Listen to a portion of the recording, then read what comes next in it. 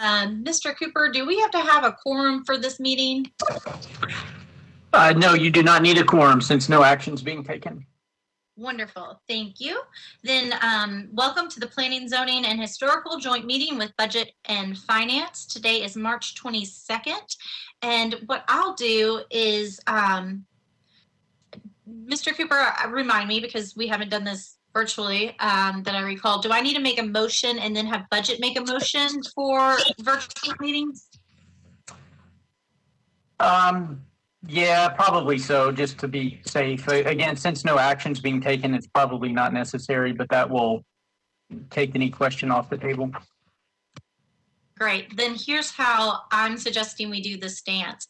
I will make the motion and call on Councilman Withers to second, and then I will call my role for planning, and then turn it over to Council Lady Toombs to do her part of the dance to get us going. And I think that should cover us. So I make a motion pursuant to Governor Lee's Executive Order number 78 regarding electronic meetings. I have made this motion that this committee meeting agenda constitutes essential business of the Metropolitan Council, and that the meeting electronically is necessary to protect the health, safety, and welfare of Tennesseans in light of the COVID-19 outbreak. Councilman Withers. Thank you, Chair Murphy. I would like to second that motion. Thank you. So in way of voting on this, Benedict, Bradford, Cash, Evans, Gamble, Hager, Hall, Chair is present, O'Connell, Parker, Rutherford, Aye. Stiles, Toombs, Aye. Reese, Welch, Aye. Withers, Aye. Allen. Okay, Council Lady Toombs, the floor is yours. Thank you, Councilwoman Murphy. For Budget and Finance, pursuant to Governor Lee's Executive Order number 78 regarding electronic meetings, I make a motion that this committee meeting agenda constitutes essential business of the Metropolitan Council, and that meeting electronically is necessary to protect the health, safety, and welfare of Tennesseans in light of the COVID-19 outbreak. Can I get someone from Budget and Finance to second that? Second. Thank you. And I'm going to go through the roll. Mendez, Allen, Benedict, Druffel, Glover, Aye. Aye. Porterfield, Broughton, Sledge, Swara, Syracuse, Chair Toombs is here, Vercher, Young.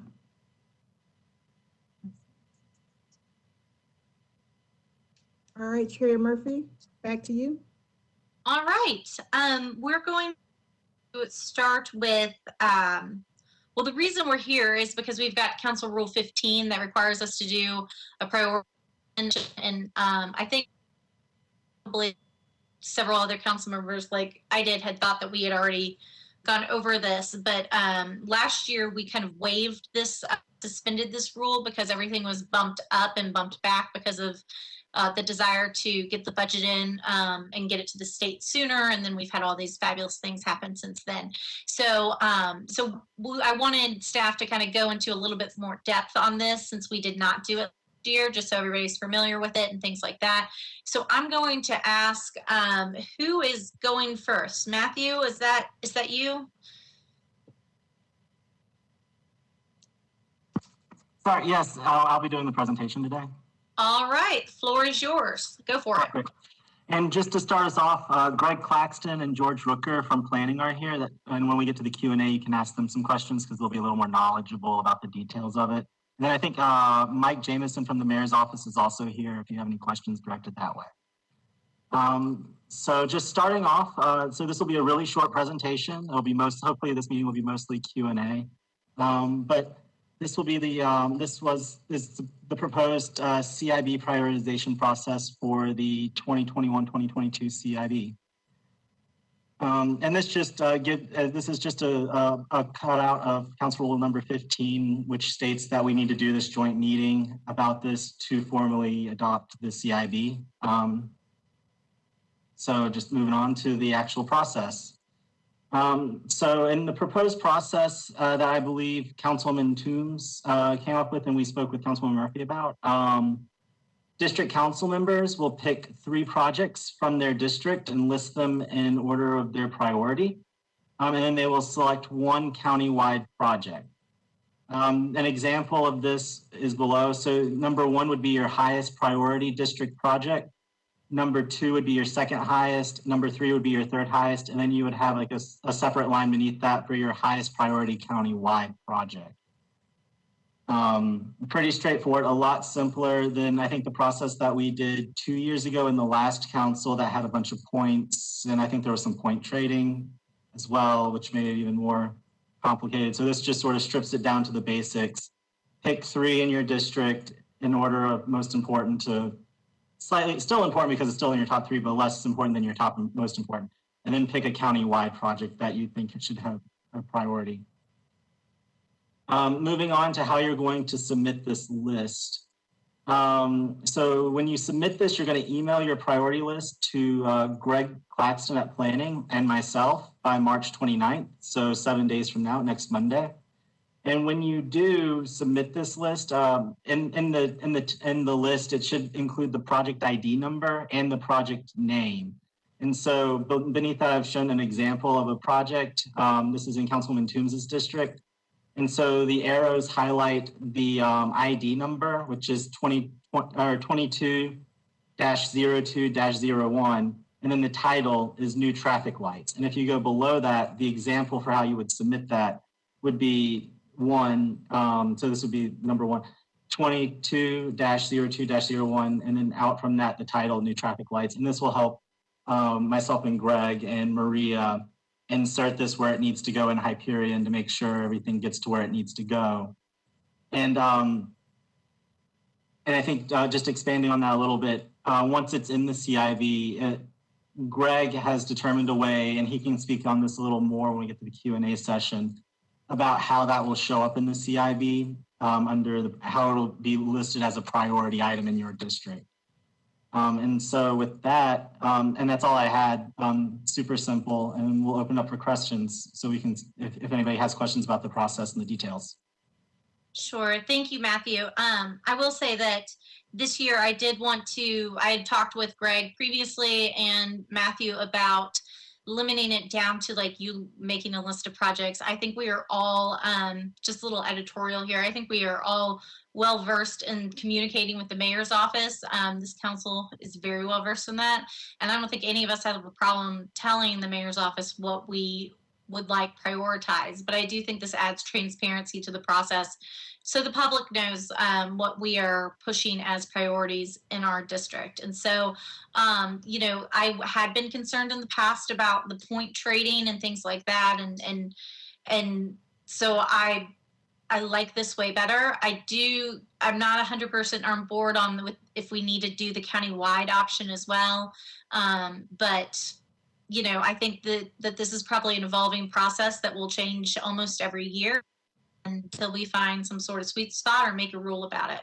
So Council Lady Toombs, do you have any opening statements that or editorials like I do before I start calling on council members? Just briefly, I agree with what you said, Chair Murphy, about being transparent of what are the priorities in our district. Part of the feedback that I got this year in talking with folks from the mayor's office is that it was kind of overwhelming to have 40 different conversations about priorities in districts. And I think that this at least gives us a starting point. If each council member has their top 3 projects, that's 120 projects, which is a lot, but not as much as it could be. So that, you know, that gives the mayor and his staff and even the council members, as we're having discussions with the mayor's office, a starting point of what we think is most important in our district. So I am looking forward to seeing the end result of this, and I hope that it works out a little bit better than past years, even though I haven't been here in past years, but I've heard mixed feelings, and so hopefully this works a little bit better. Well, thank you, Council Lady James, because I know that you peripherally work with the state, and we have to deal with 133 or 132 personalities up there. So honestly, 40 of us should not be overwhelming for the mayor, but that's for a whole nother conversation in WebEx, and I'll just keep moving on before I get myself in trouble. Councilman Dreffel, you are welcome to. Now remember, y'all, because of the executive order, if you do not have your microphone on, if I identify you, you're welcome to start talking, but you should identify yourself if your camera is not on. But Councilman Dreffel, you have the floor.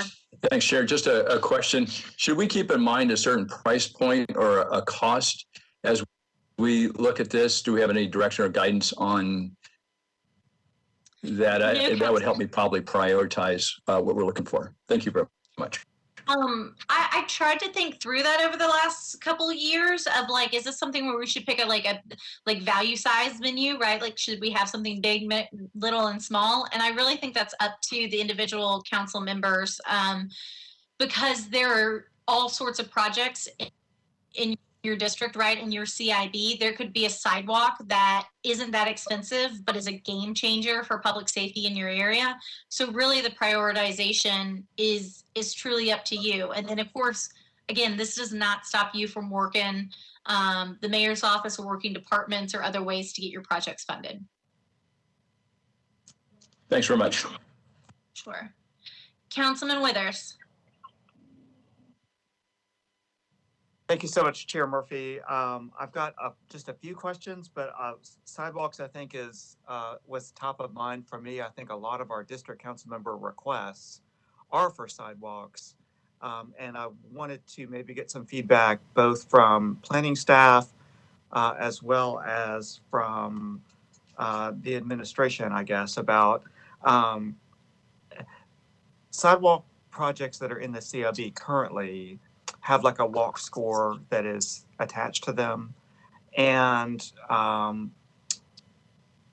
what I wanted to know is, it was my understanding, or I thought I understood during discussions about the transportation plan, that we might be doing an update to the walk and bike strategic plan to kind of look at some of those sidewalks again.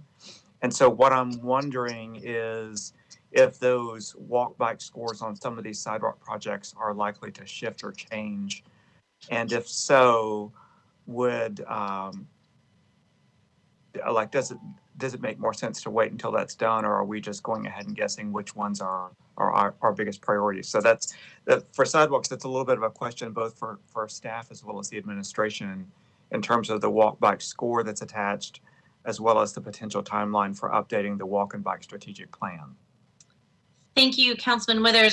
I just wanted to go ahead and, before I forget, staff, I know that there are several council members having trouble getting into this meeting. I want to make sure that we a calendar reminder for when these prioritizations are due, and make sure that we send the slides and a narrative out to everyone on it. Councilman Withers, would you like Greg Claxton or George Rooker to hit that, or would you rather somebody like Faye DeMassimo hit that with the transit plan, or both? Either or both. Like I said, I know a lot of the ones that have been submitted currently already do have a walk bike score. I think it's probably a couple years old in some cases, but just didn't know if that is going to be updated at some point, and how that affects or not the deadline that we have for next Monday. Let's start with Mr. Claxton from Planning. Good afternoon, council members. You are welcome to give it away to someone else. Go ahead. Good afternoon, council members. This is Greg Claxton with the Planning Department. I cannot speak to the kind of timeline for updating walk and bike. What I will say is, from the kind of managing the CIB perspective, every sidewalk request that we get through the CIB process, we compare to an existing data inventory of missing sidewalk segments that tracks the walk and bike score. If that is updated, like whenever that's updated, and the next time that we enter a CIB cycle, we'll go through and update all of those scores. So, whatever you have will be the most up-to-date data that we have available. Okay. Councilman Withers, does that cover you? It does, well, for that, I actually got a few questions, but from the administration side, do we have an idea when the walk and bike strategic plan might be updated? I know it won't be next week, but. Mr. Jameson, can you answer that, or do you have someone like Faye on here that can do that? I don't believe Faye is with us at the moment, so let me just follow up with Councilman Withers on the tentative update for the walk bike plan. That'll be fine. And Chair Murphy, if it pleases you and the committee, I do have one additional question, which is relates to Metro Departmental projects, which are also prioritized by the departments. That could be for a school facility, it could be for a parks facility. I've got the Juvenile Justice Center facility, for instance. As we are looking through, we are making 3 recommendations and 1 county-wide. What should we consider as we look at items that are prioritized by departments? In other words, if we do not prioritize something as a council member project, how is that going to be weighed as a departmental priority? I'm just trying to see how the two interact. Mr. Jameson, the floor is yours to cover all of Mr. Withers' desires. Sure. So I may back up a little bit and just sort of talk about how council members' individual submissions of capital improvement requests, particularly at the time of capital spending plans, in previous administrations, through nobody's fault in particular, but it was either too easy to ignore or play one council member off of another, or not to be able to come up with any synthesized notion of what the priority should be when you neared a capital spending plan. In other words, if Councilman Withers had a sidewalk and Councilmember Murphy had a different type of public works, a water project, both would be rated on different metrics, and it would be hard for any administration to decide which one goes over the other. That's just one silly example to pull out. It was also, if you were an administration, it was all too easy to play one council member off of another. Well, Councilman Withers, we know this is your top priority, but your next door neighbor has this road here that needs paving. So the notion of getting collective prioritizations was for the protection of the council, so that they could know that at least their collective prioritizations were not going to be ignored by the administration. A couple of caveats to throw in there. Number one, there's nothing in the rules of the charter that makes this a binding process. And one thing that I know has concerned the previous administration and this one is that there will invariably be projects that you might consider extremely important, but not particularly sexy. And one example that I've discussed with some is think of the massive sewer pipeline that traverses multiple districts. You know, it may not reach anybody's top priority, but it is still massively important. So I think every administration has to reserve the right to rank some items high and above that. The rule, you'll also note, does not mandate the method for prioritization. So I'm glad to see the council is exploring this recommendation from Councilmember Toombs. I think is certainly intriguing.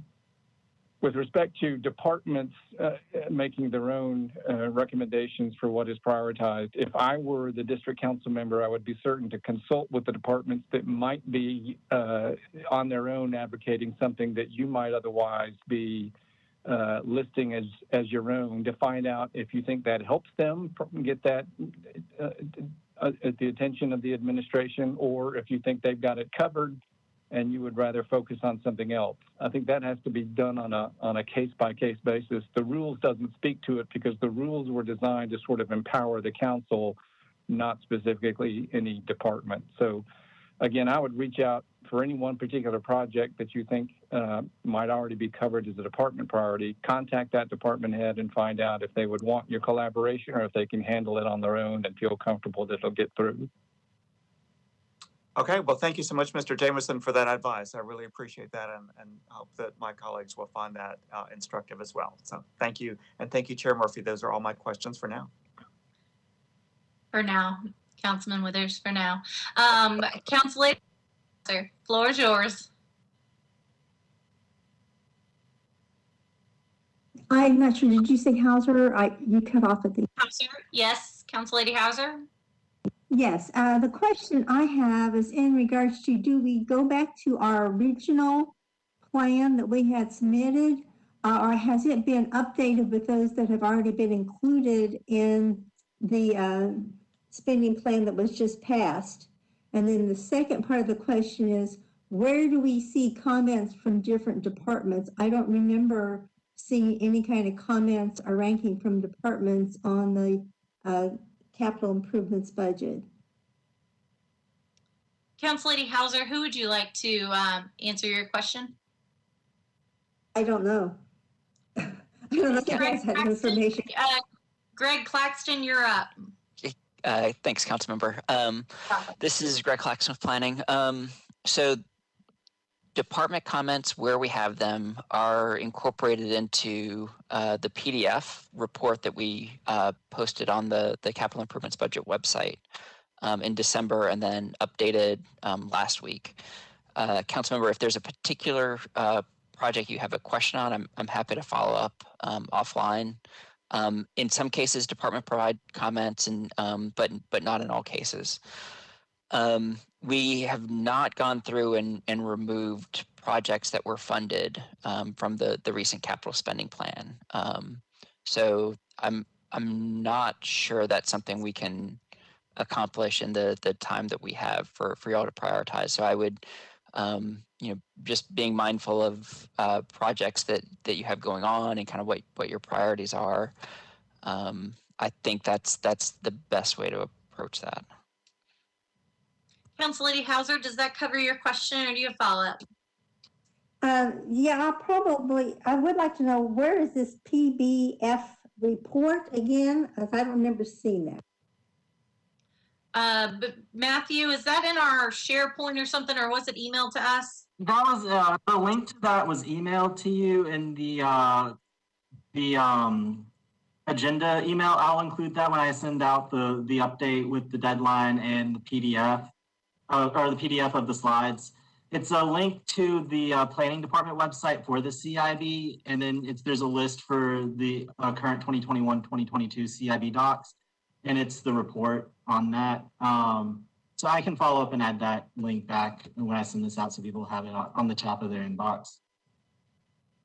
Great. Council Lady Hauser, do you have anything else? No, that's it. So you're going to email us that again so we can easily find it? Yes. Great. Thank you, Council Lady Hauser. Councilman Cash. Oh, Councilman Cash just disappeared. Am I still there? Oh, nope. Yes, you went to the bottom of my list. So yes, Okay. Go for it, Councilman Okay. Cash. Floor. All right, thanks. I want to ask about like traffic calming and paving projects, because they seem to be a little bit different. And I know we put sidewalks on there because this seems to be the main place to identify which sidewalks we think are important. But I guess my question is, we have a grant, program for traffic calming. Every 6 months, 12 grants are given out. We've got a couple hundred, I think, neighborhoods, or a couple hundred of blocks that are applying. So I guess my first question is, like, is that something that we should include on there? Does it give it any sort of weight? I know that the grant proposals themselves are the awarding of them is heavily data centric. So I'm wondering if there's any justification for including those on the CIB. And kind of the same for paving, except the process is a little different. That, Public Works has identified kind of a rotation for when they get to certain streets. And I'm wondering if putting that kind of stuff on the CIB gives it any sort of highlighting or significance. I think, would you like that to go to Mr. Jameson? Sure. Mr. Jameson, do you want to take a stab at that? Sure. So keeping in mind the CIB in and of itself does not indicate council prioritization. So my knee-jerk reaction and suggestion, to be honest, would be always include it to the extent there's a project that is indeed a priority for you. I would be inclined for you to include it among your listed projects here, regardless of whether or not there's grant funding or not behind it. So the prioritization process is almost agnostic of the grant funding that's coming up. But because sometimes the grant funding or other funding sources is unanticipated, sometimes you know about it a month before the deadline for submission, it'll be nice to be able to turn to a quick, handy reference point to see, here's a grant fund that applies in the following districts. What are those council members' priorities? Oh, we have some eligible projects. Let's prioritize this application process. That will certainly help us. And I think at the end of the day, help council members just remain consistent. Okay, makes sense. Thank you. Great, Councilman Cash, did that cover everything you needed? Yes, it did. Thanks. All right. Anyone else have any questions? I'm not seeing any hands in the queue. So we'll give you all a moment or two, or is there someone on the phone that needs to participate? Madam Chair. Yes. I'm sorry, this is Steve Glover. I'm having to do it from my phone. I don't know if you're going to take budget finance in these questions right now. I only have one, so I just want to make sure. I tried to wait until everything was over before I ask. It's a free for all. So Mr. Glover, you're welcome to have the floor now. All right, thank you, Chair. So here's my question. So we know the rules for the district council members. For the at-large members, do we do 4 total projects countywide? What is the how does that work? There has been some discussion on that, and Greg or Matt, you want to say what we landed on? I was thinking that we had left, or we didn't have the at-larges participate maybe 2 years ago, maybe? Well, could y'all, Matthew or Greg, could y'all give me some background and remind us? Sure. I'll take a stab and then Greg can expand upon it because he was more involved in the process 2 years ago and I was not at all really. But there has not really been participation in the prioritization by at-large council members in the past. To that end, that is something that you guys can change if you want to. I excluded it from the PowerPoint for the sake of being consistent with what was done in the past. But if that's something that the chairs and the committees feel should be changed to allow for at-larges to participate, we can certainly look at making that change and getting it to fit within the standards set forth for this time. Well, let me rephrase my question to this, because I think the at-larges do need a shot at this one. I have specifically an agenda that wherever it's placed could be dependent upon the various districts. It's not dependent on a given district or district, but there are several items that I think are capital and I think they're critical for the city that I would like to have included in the list. So my question is, I'll boil it back down. Irregardless of what district it may fall into, if I wanted to say, hey, look, I'd like 5 of these buildings, these types of buildings placed in the capital improvement budget, what would be the process of that? Mr. Claxton or Mr. Wilkinson?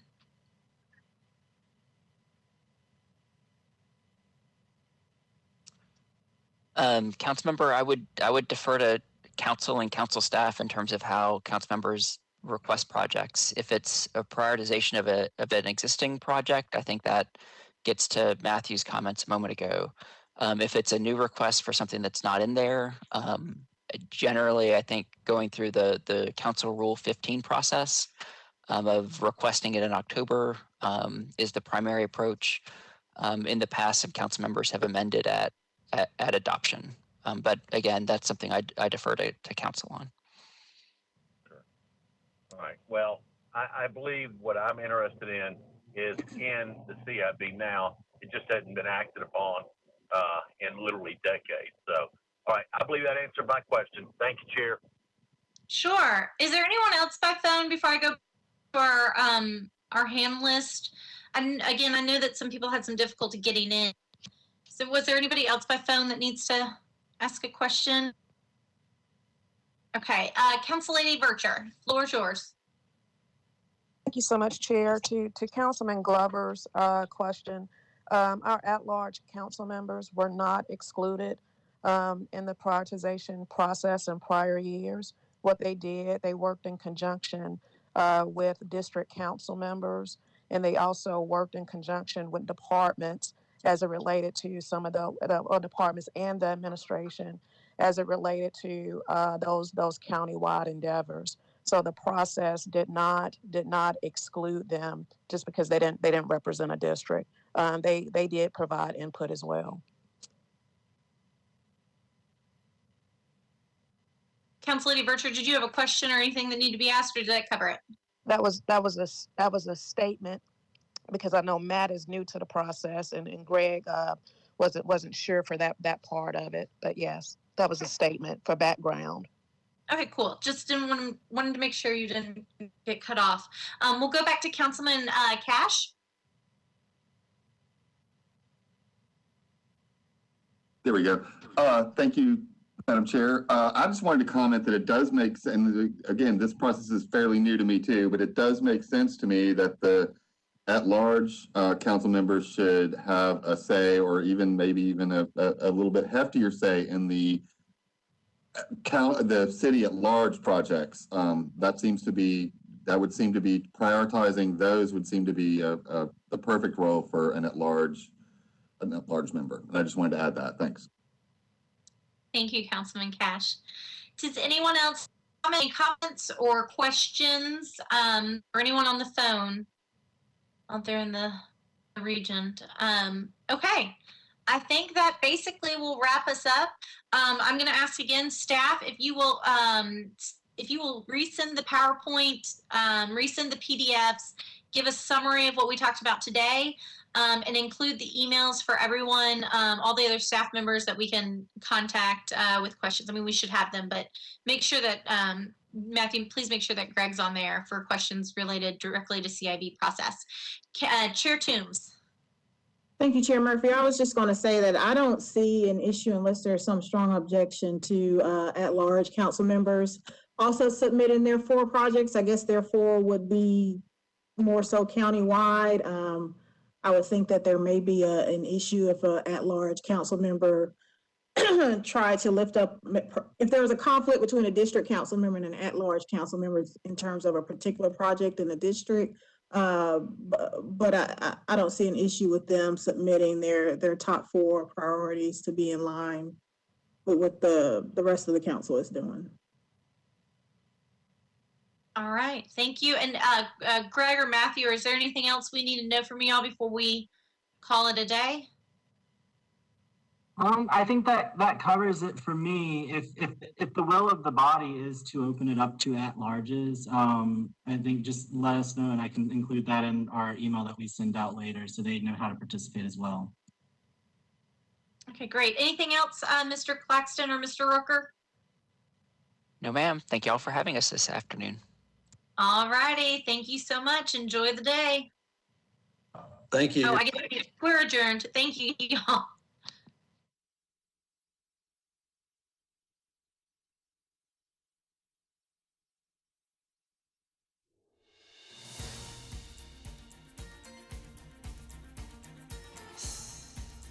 This has been a service of the Metro Nashville Network. If you would like to see this presentation again, or for more information about this and other programs, visit nashville.gov.